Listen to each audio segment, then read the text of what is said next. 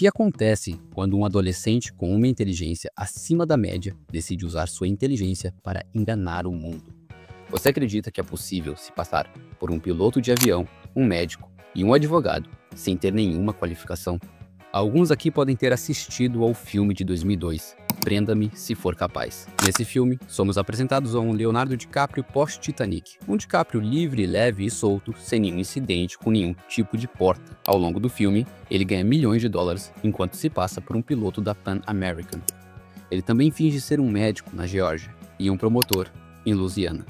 Além disso, e esse é um detalhe relevante, ele fez tudo isso antes de seu aniversário de 19 anos. Nessa jornada, o jovem DiCaprio interpreta Frank Abagnale, um mestre das fraudes. Mas e se eu te falasse que existe uma história real por trás de tudo isso? Nesse vídeo, eu vou te contar a história real do vigarista favorito de Hollywood e te mostrar que a história real é ainda mais louca do que Hollywood conta. Mas antes de mais nada, deixe um like aqui e se inscreva nesse canal, caso ainda não seja inscrito, porque o vídeo de hoje é sobre a vida do adolescente que de alguma forma fingiu ser um piloto, um médico e um advogado.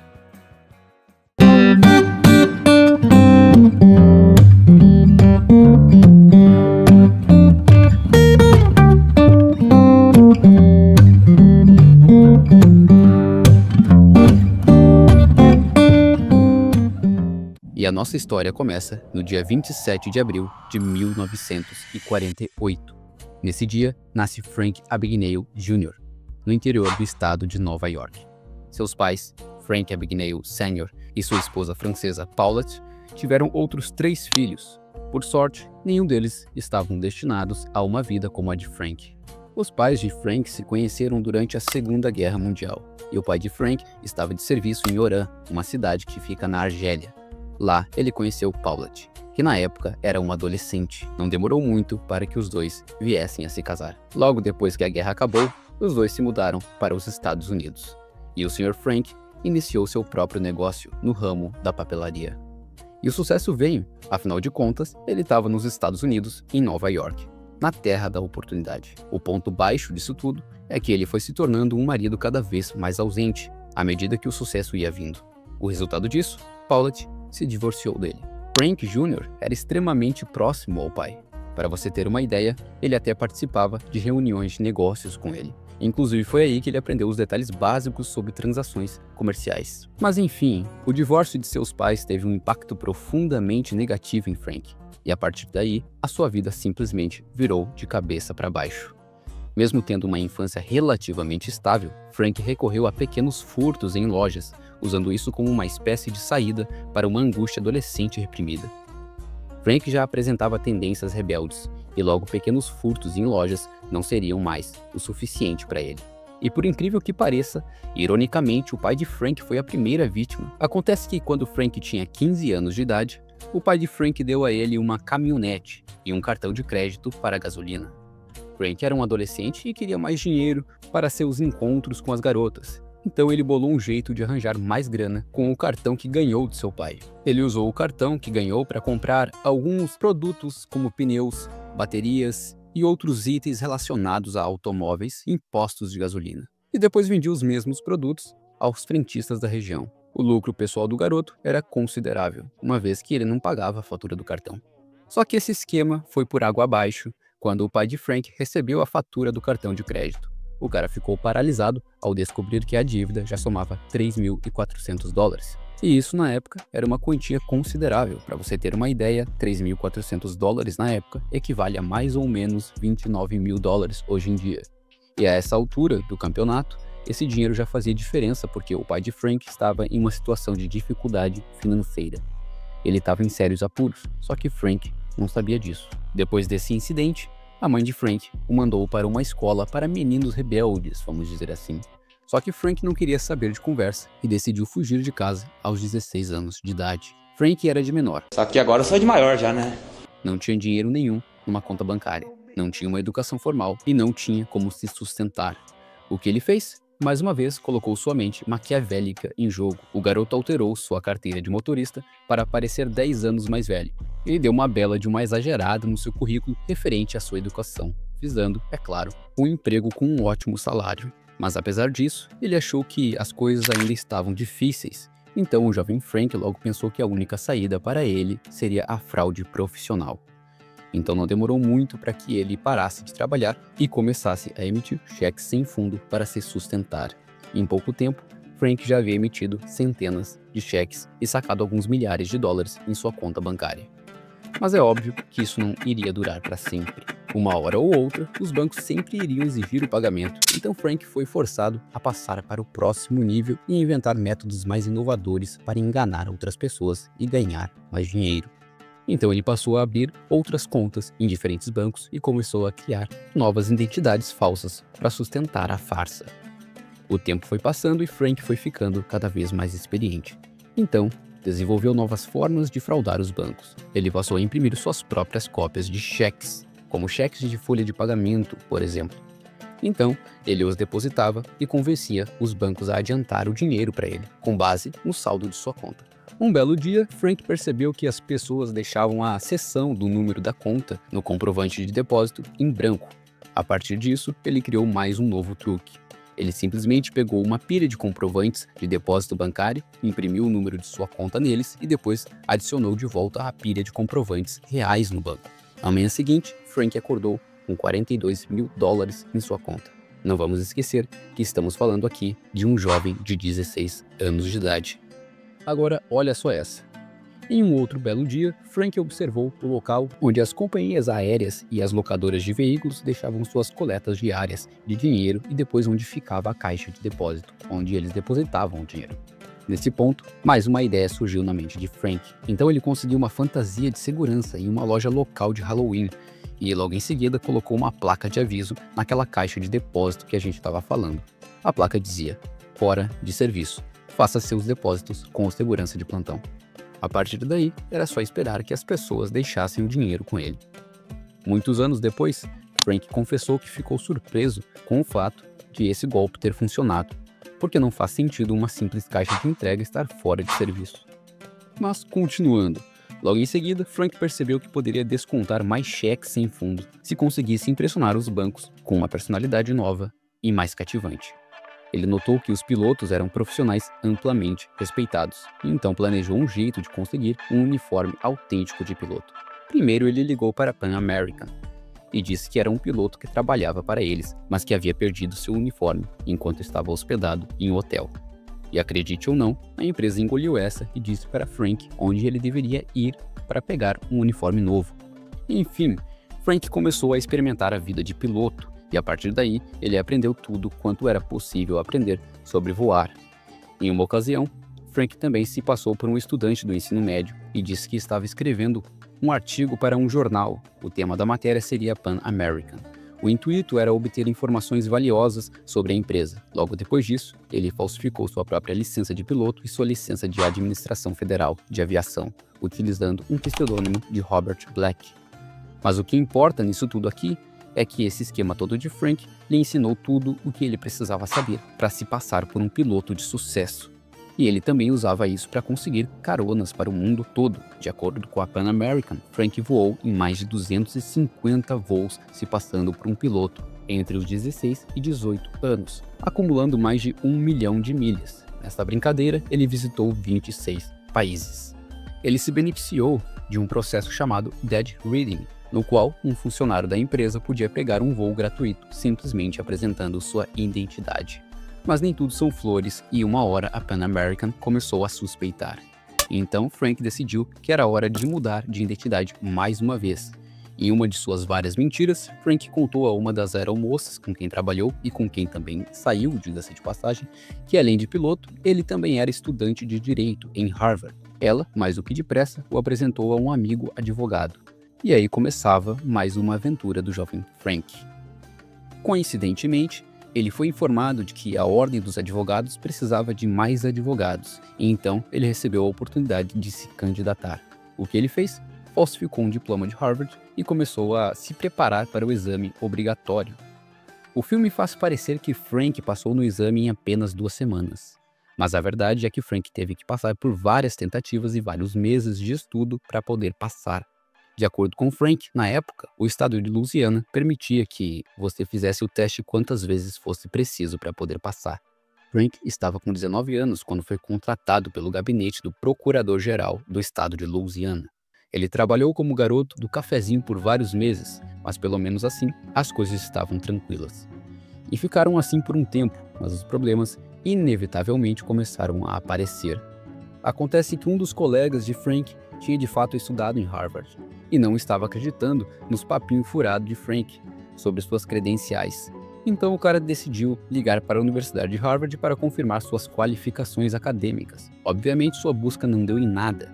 Então o camarada simplesmente foi até o procurador-geral e convenceu ele a realizar algumas buscas sobre os antecedentes de Frank. Frank, que não era nem um pouco bobo, percebeu que era hora de sair fora dali. Então ele fugiu para a Geórgia. Na época, Frank se candidatou para ficar com um apartamento lá na Geórgia, e o formulário de inscrição pedia uma ocupação.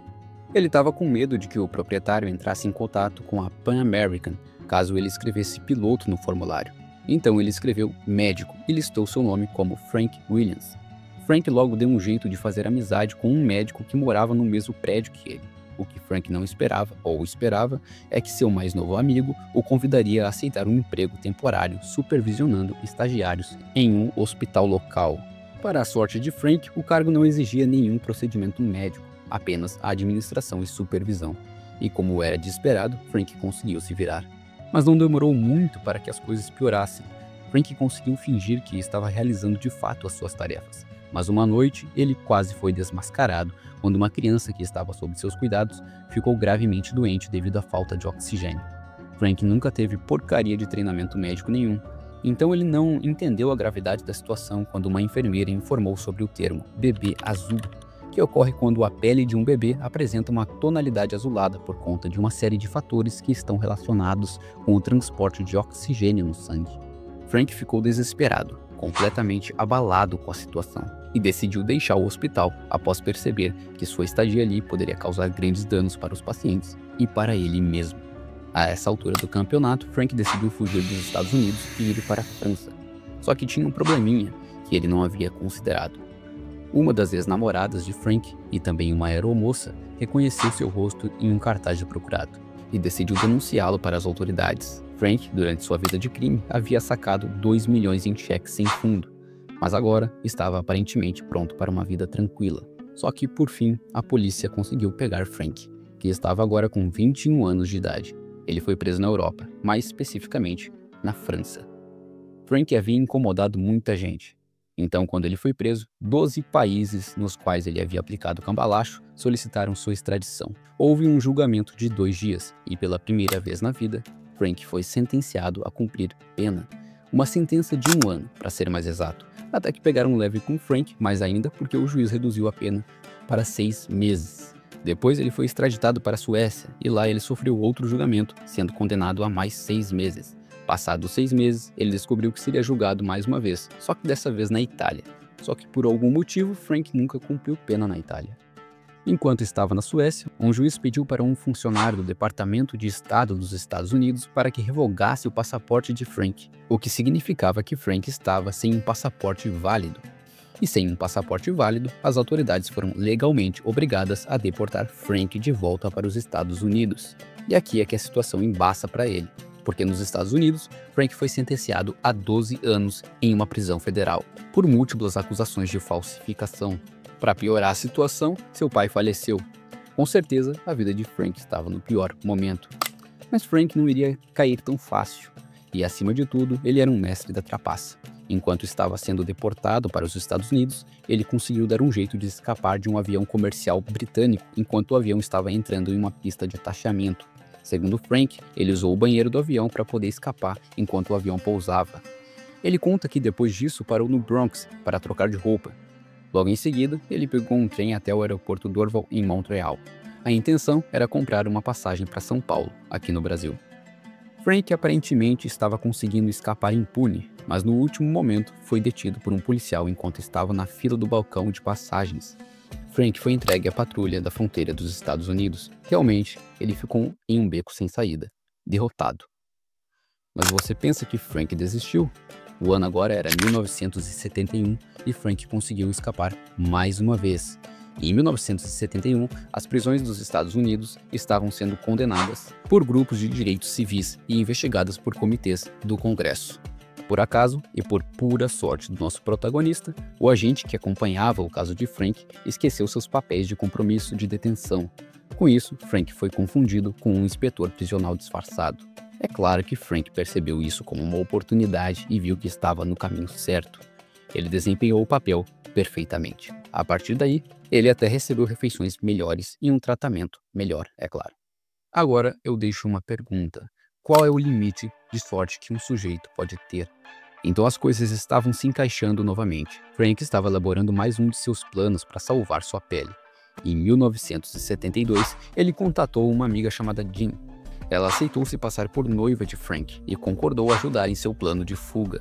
Primeiro, ela se fez passar por uma escritora freelancer, e a ideia era fazer todo mundo acreditar que ela queria escrever um artigo sobre medidas de segurança contra incêndios em centros de detenção. E colou. Com isso, ela obteve um cartão de visitas. Ela entregou o cartão a Frank durante uma visita, junto com outro cartão de visita de Sam O'Reilly, que era o agente do FBI responsável pelo caso de Frank. Jean havia adulterado o cartão em uma gráfica. Por fim, o cenário todo já estava pronto para uma nova fuga de Frank. Ele abordou os agentes penitenciários para confirmar que ele era um agente secreto infiltrado e entregou aquele cartão de visita do qual a gente estava falando como prova. Logo depois disso, ele disse que precisava entrar em contato com o agente do FBI responsável pelo seu caso e entregou mais um cartão. Acontece que o número de telefone no cartão também estava adulterado. Então, quando os policiais discaram o número, era Jean do outro lado da linha. Ela atendeu a ligação em um telefone público de um shopping, onde ela, facilmente, se passou por uma operadora da Federal. Então Frank foi autorizado a se encontrar com o tal agente do FBI em um carro pré-determinado fora do centro de detenção. Jean o encontrou no carro e o levou até uma estação de ônibus, onde ele pegou uma viagem para Nova York e depois um trem para Washington. E mais uma vez, Frank estava de olho aqui no Brasil. Mas algumas semanas depois, Frank foi capturado novamente, e dessa vez por 2 detetives do Departamento de Polícia de Nova York. Agora o ano era 1974, e sua sentença de 12 anos de prisão foi anulada, mas com uma condição: que ele passasse para o lado bom da força. Afinal de contas, suas habilidades eram notáveis, um vigarista de grande nível e de grande sucesso. Seu talento poderia ser útil para servir a algo mais nobre do que enganar todo mundo. O acordo era de que Frank deveria ajudar as autoridades federais, só que sem nenhuma remuneração.